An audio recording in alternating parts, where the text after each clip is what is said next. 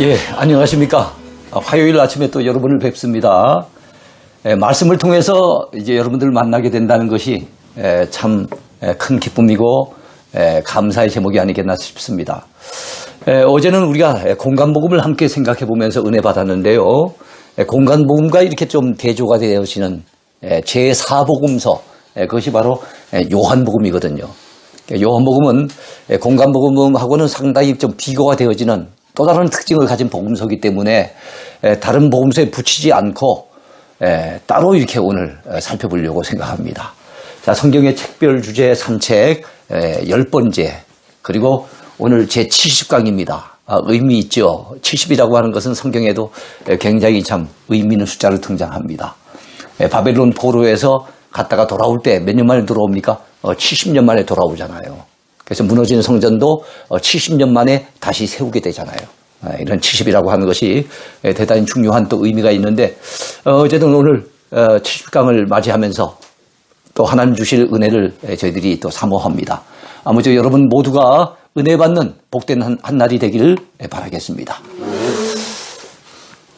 자, 공간복음과 요한복음의 차이점이 뭘까요?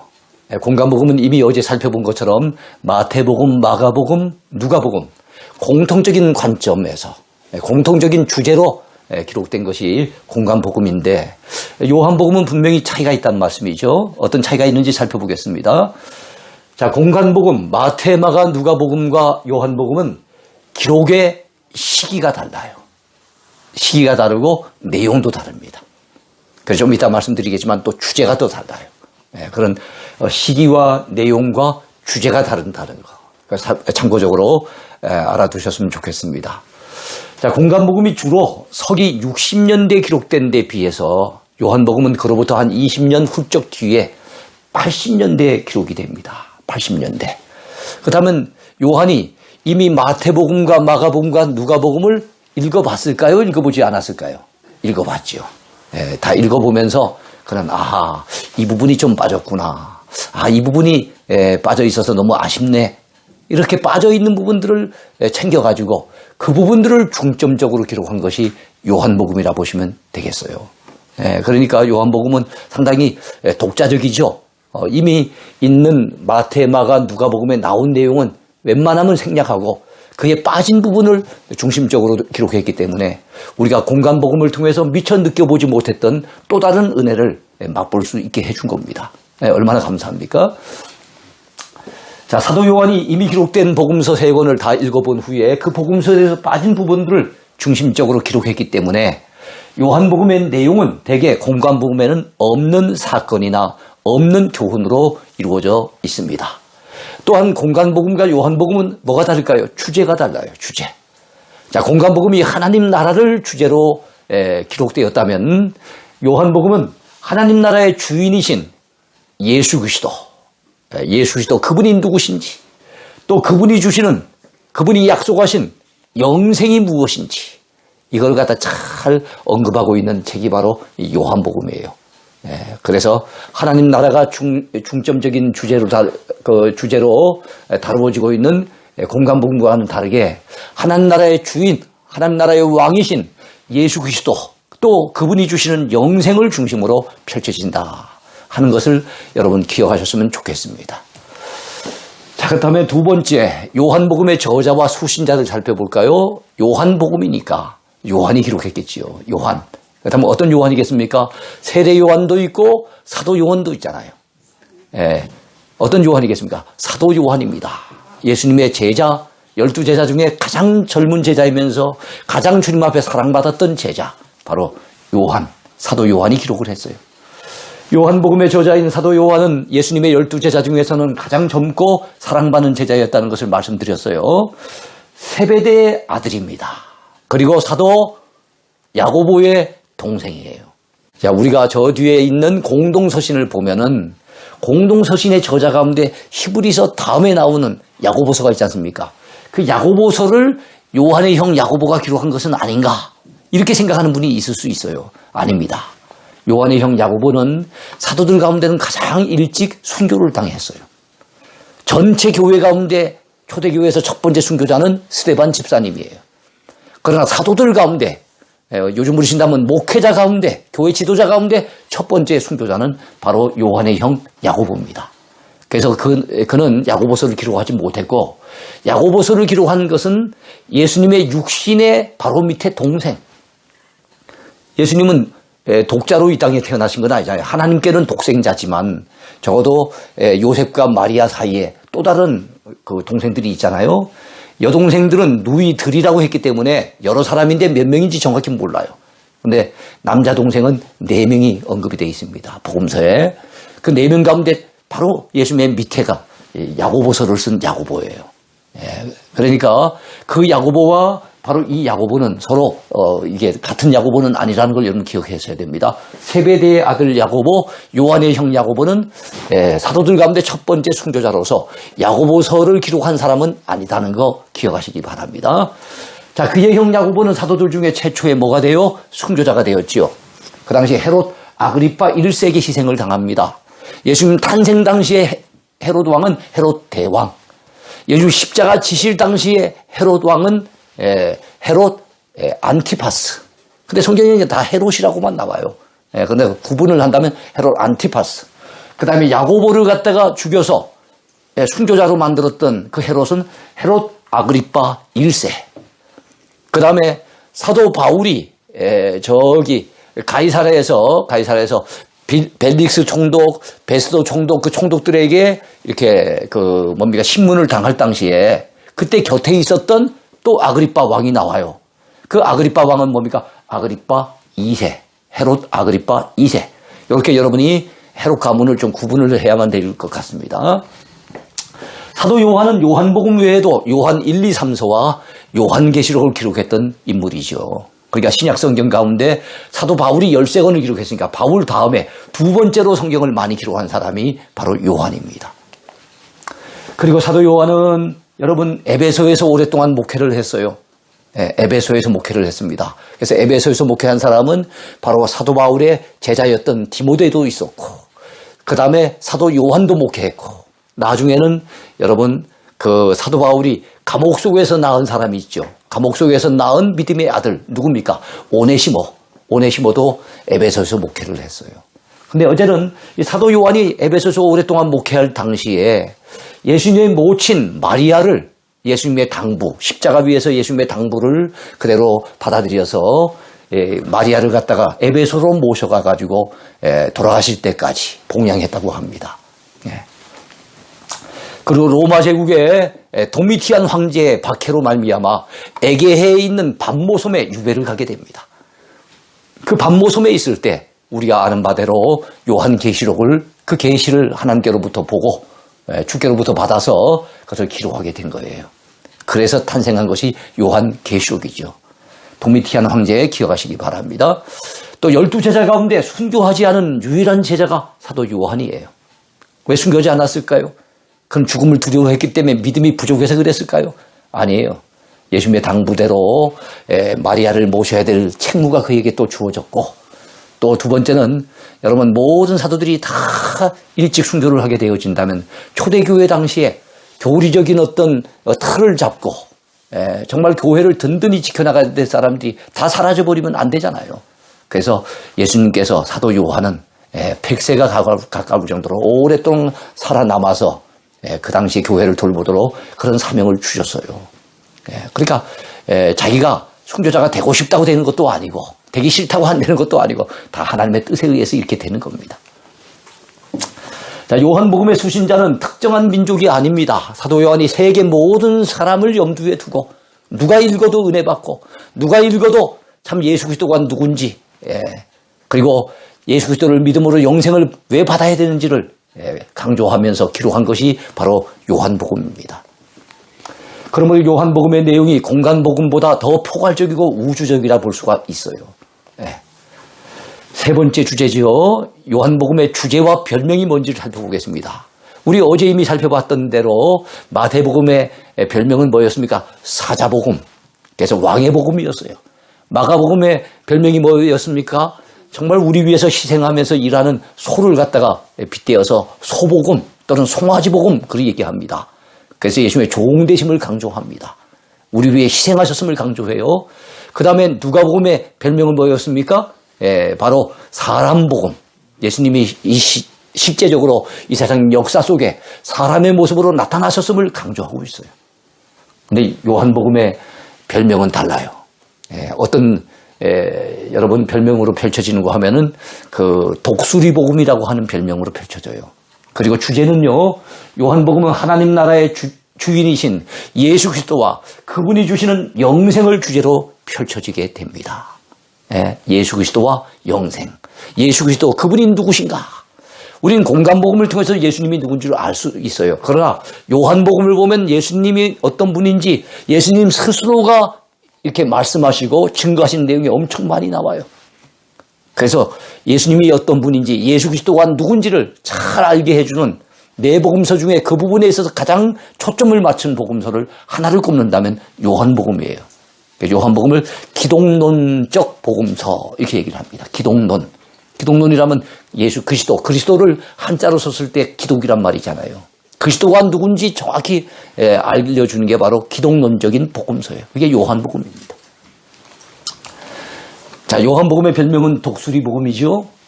여러분, 왜 독수리복음이라고 얘기합니까? 여러분, 독수리는 어디의 왕입니까? 하늘을 나는 공중의 새 중의 왕이잖아요.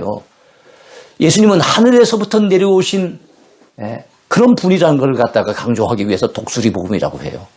왜 예수님이 원래는 하늘에 계셨는데 이 땅에 인간의 몸을 입고 오셨지만 원래 계신 데는 하늘이었고 하늘에서 내려오신 분이라는 걸 사도 요한은 굉장히 강조하고 있어요. 왜 그랬을까요?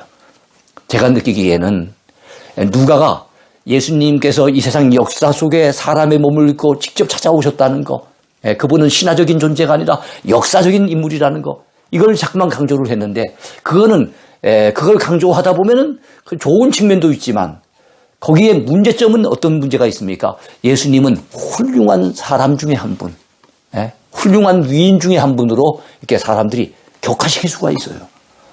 비록 사람의 몸을 입고 오셨지만은 이 세상 역사 속에 친히 찾아오셨지만 그분은 원래는 하나님이신 분이었어요.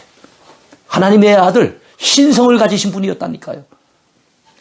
그걸 강조하기 위해서 요한은 바로 예수님이 하늘에서부터 내려오신, 하늘에서 내려온 산떡이다 뭐 이런 식으로 갖다 하늘에서 내려오셨다는 걸 대단히 많이 강조를 하고 있어요.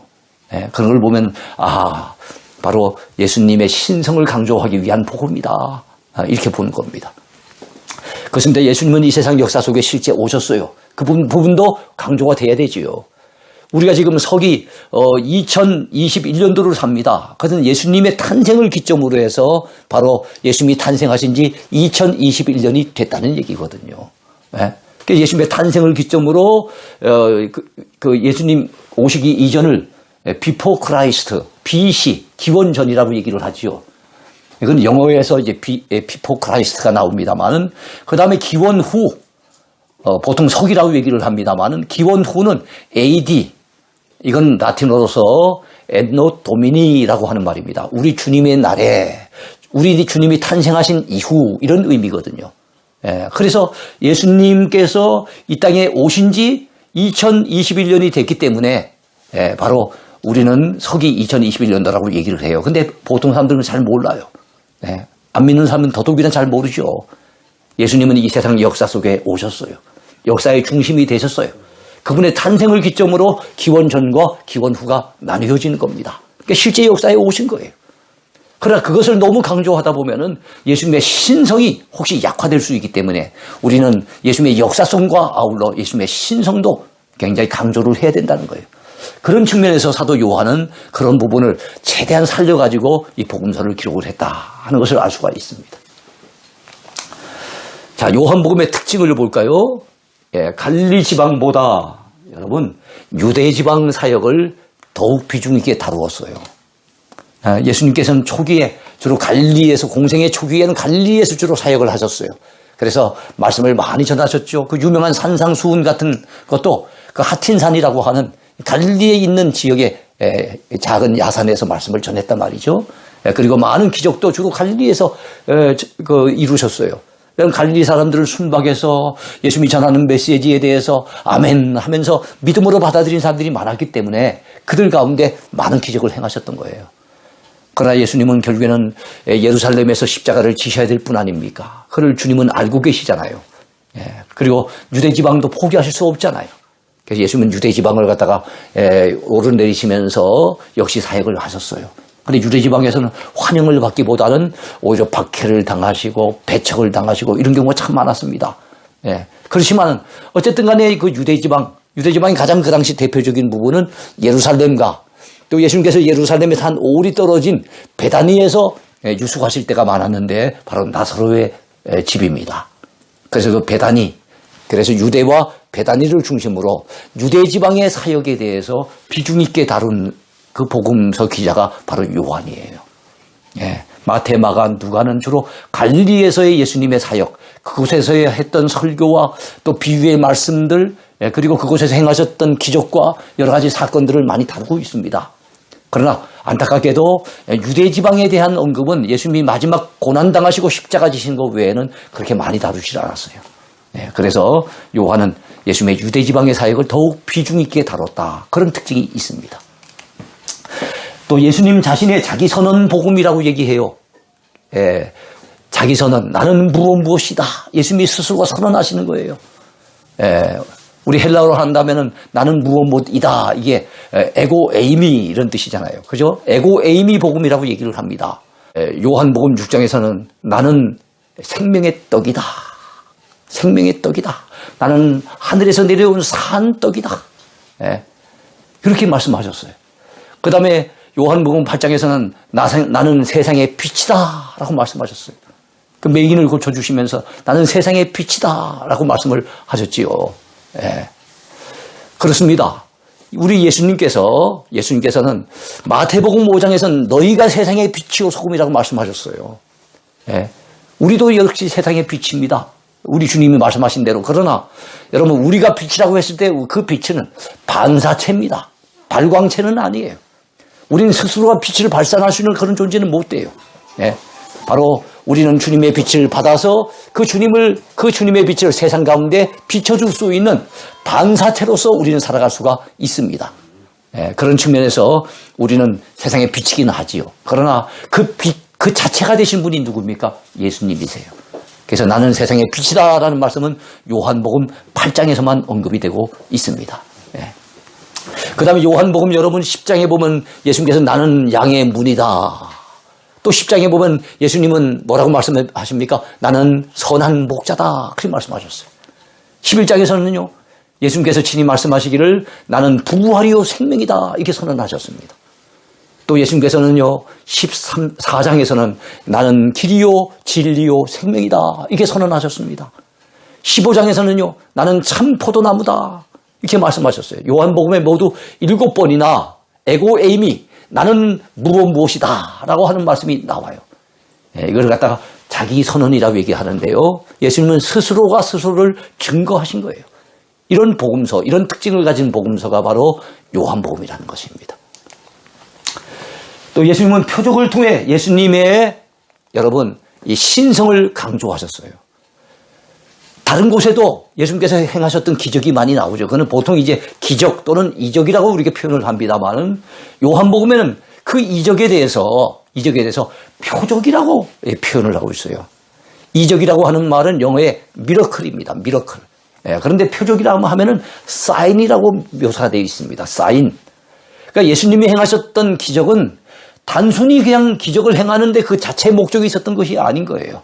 그 기적을 행함으로써 와 저분이 하나님의 아들 메시아가 맞구나. 죽은 자를 살리시는 걸 보니 맹인의 눈을 뜨게 하시는 걸 보니 물 위로 걸어가시는 걸 보니 오병이어의 기적을 행하시는 걸 보니 수없이 많은 병자들을 고쳐주시는 것을 보니 와 저분은 보통 분이 아니다.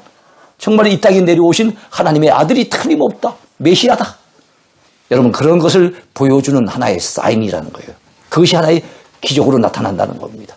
그런 측면에서 사도 바울은 그 기적을 단순한 이적, 미러클로 묘사하지 아니하고 사인, 표적으로 이렇게 기술을 하고 있다는 그런 특징이 있어요. 거기에는 7대 표적이 있습니다.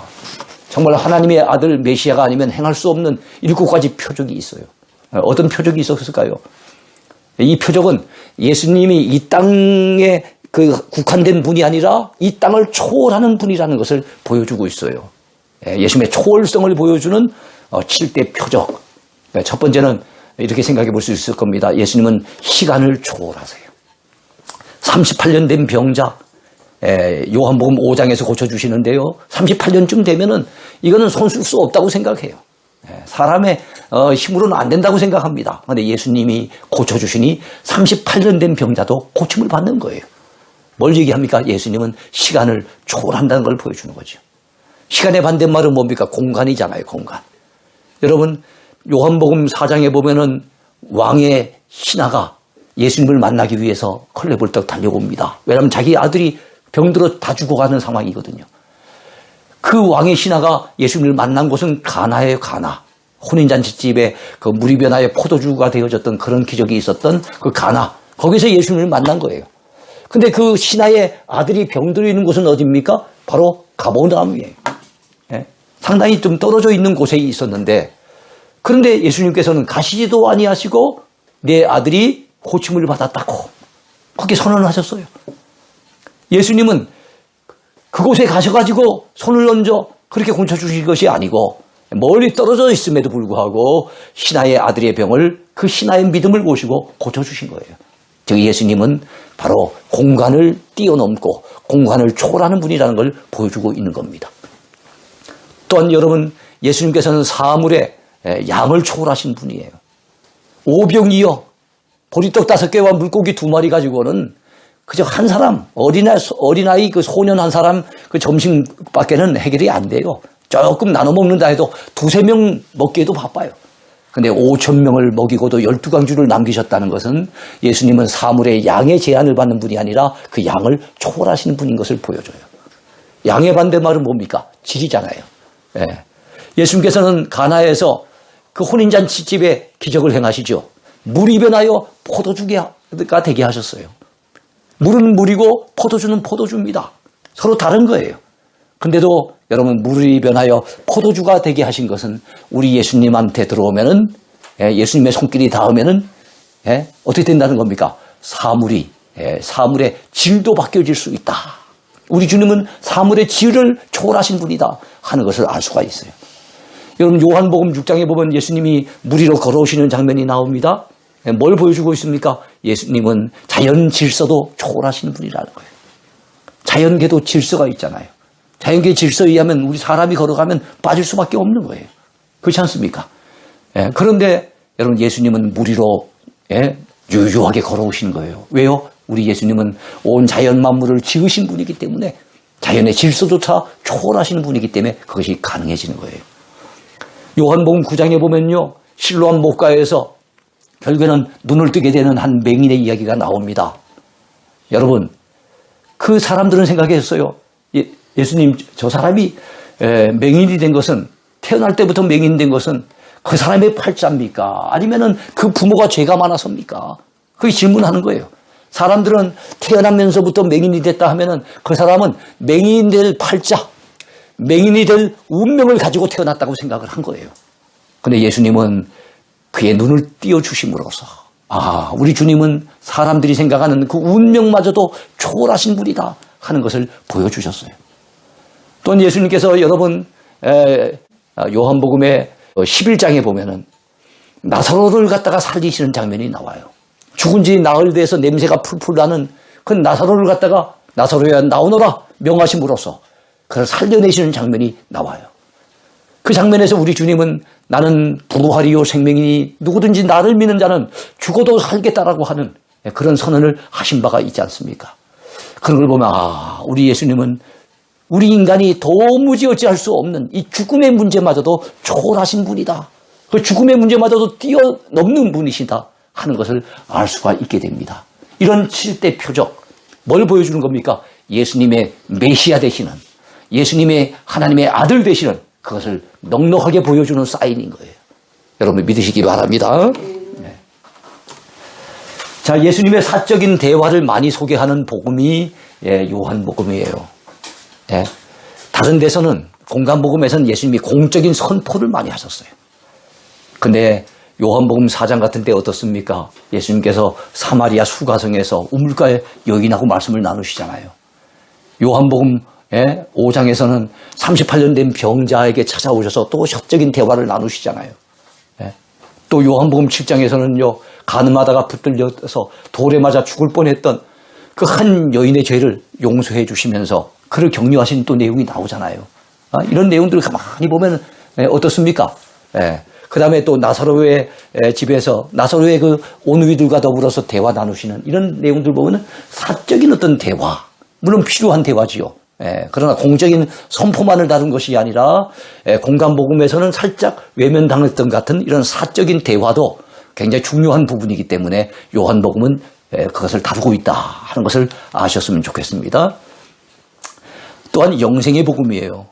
요한복음이 강조하는 것, 요한복음의 주제가 뭐라 그랬습니까? 예수 그리스도와 그분이 주시는 영생이라 그랬죠. 영생을 많이 강조합니다. 우리가 예수 그리스도 안에서 생명을 얻습니다만 이 생명은 이 땅에서의 짧은 생명이 아니에요. 영원한 생명입니다. 영생. 자, 요한복음의 핵심 요절을 볼까요? 요한복음의 핵심 요절은 여러분이 너무나도 잘 아시는 말씀이죠. 세상에 많은 크리스찬들이 사랑하는 말씀. 요한복음 3장 16절. 하나님이 세상을 이처럼 사랑하사 독생자를 주셨으니 이는 그를 믿는 자마다 멸망하지 않고 영생을 얻게 하려 하심이라. 아프리카의 어떤 할머니는 그 학교 앞에 가서 늘 전도를 한대요. 전도하는데 전도하시는 방법이 뭔가 하면은 성경책, 작은 성경책을 들고 가지고 아이들을 갖다 불러내가지고 이런 얘기를 한대요. 아이고, 얘야 이리 와봐라. 내가 성경책을 좀 읽어야 되겠는데 눈이 어두워서 글씨가 작아갖고 도무지 안 보이는구나. 네 이 부분이 어떤 내용인지 한번 읽어봐라. 그래갖고 요한복음 3장 16절을 읽게 만들고 그리고 그것을 갖다가 해석해주고 설명해주면서 전도를 한다는 거예요. 참 저것도 아주 참 지혜로운 방법이 아니겠나 싶습니다. 여섯 번째, 요한복음의 성격과 중심 단어를 한번 보겠습니다. 요한복음의 책의 성격은요, 표적과 신학, 특별히 기독론 복음서라는 거, 이거 제가 이미 여러분들에게 말씀드린 바 있습니다. 자, 요한복음의 중심 단어는요, 믿음과 영생입니다. 우리 요한복음 3장 16절에도 이미 나오잖아요. 하나님이 세상을 이처럼 사랑하사 독생자를 주셨으니 이는 그를 믿는 자마다 멸망하지 않고 영생을 얻게 하려 하심이라. 믿음과 영생을 강조하고 있는 거예요. 예수님의 주 되심, 메시아 되심을 갖다가 그 많은 표적을 통해서 나타내면서 믿고 영생을 얻을 것을 강조하는 복음서가 바로 이 요한복음입니다. 요한복음의 최초 진술과 최후 진술을 같이 살펴보겠습니다. 요한복음의 최초 진술은요, 태초에, 자, 여러분, 구약의 첫 책인 창세기에서 태초란 말이 나오잖아요. 태초에 하나님이 천지를 창조하시니라, 이렇게 시작됐죠. 근데 요한복음이야말로 참으로 천지 만물을 창조하시던 그때 누가 계셨어요? 태초에 말씀이 계신 거예요. 근데 이 말씀이 하나님과 함께 계셨으니 그 말씀이 곧 하나님이시니라, 그렇게 얘기하고 있어요. 그렇다면 이 말씀은 누구겠습니까? 신성을 가지신 예수 그리스도를 얘기하는 거예요. 온 세상 만물이 있기 전에 그것을 창조하신 말씀 되시는 예수 그리스도께서 계셨다는 것을 요한복음 1장 1절, 요한복음 시작하자마자 이 구절이 나오는 거예요. 어떻게 요한복음 맞춰지고 있습니까? 성경 기록의 진실성을 증거함으로써 요한복음은 끝맺음을 합니다. 우리는 그의 증언이 참된 줄을 아노라. 예수께서 행하신 일이 이 외에도 많으니, 자, 요한복음 21장까지 아닙니까? 21장까지 기록한 말씀이 많지만 그거 외에도 엄청 많다는 거예요. 만일 낱낱이 다 기록이 된다고 한다면 이 세상이라도 이 기록된 책을 두기에 부족할 줄 아노라. 약간은 과장법을 사용했지만 그럼에도 불구하고 그만큼 예수님이 행하셨던 일들, 그리고 예수님이 전하셨던 메시지, 그리고 예수님이 그 행하셨던 놀라운 기적들, 엄청나게 많다는 것을 요한복음 끝부분에서 사도 요한은 강조를 하고 있는 겁니다. 그러면서 자기가 기록했던 이 말씀이 어떡하다고요? 우리는 그의 증언이, 자기 자신을 갖다 나의 증언이라고 하지 아니하고 그라고 표현을 했습니다. 그의 증언이 참된 줄 아노라. 사도 요한이 요한복음 21장까지 기록했던 그 말씀의 내용이 다 참되다는 것, 진실되다는 것을 그는 강조를 했어요. 강조하면서 자기가 마태, 마가, 누가복음에서 없었던 내용을 기록했지만 그럼에도 불구하고 자기가 미처 기록하지 못한 부분이 훨씬 더 많다는 것도 강조함으로써 우리 예수님이 3년 동안 공생애 중에 행하셨던 놀라운 기적 같은 역사들, 그리고 전하셨던 놀라운 은혜의 메시지가 우리가 알고 있는 것 이외에도 엄청 많구나 하는 것을 사도 요한은 잘 전해주고 있습니다. 여러분 오늘 은혜 되셨는지 모르겠습니다. 오늘 강의 여기까지입니다. 내일 뵙겠습니다.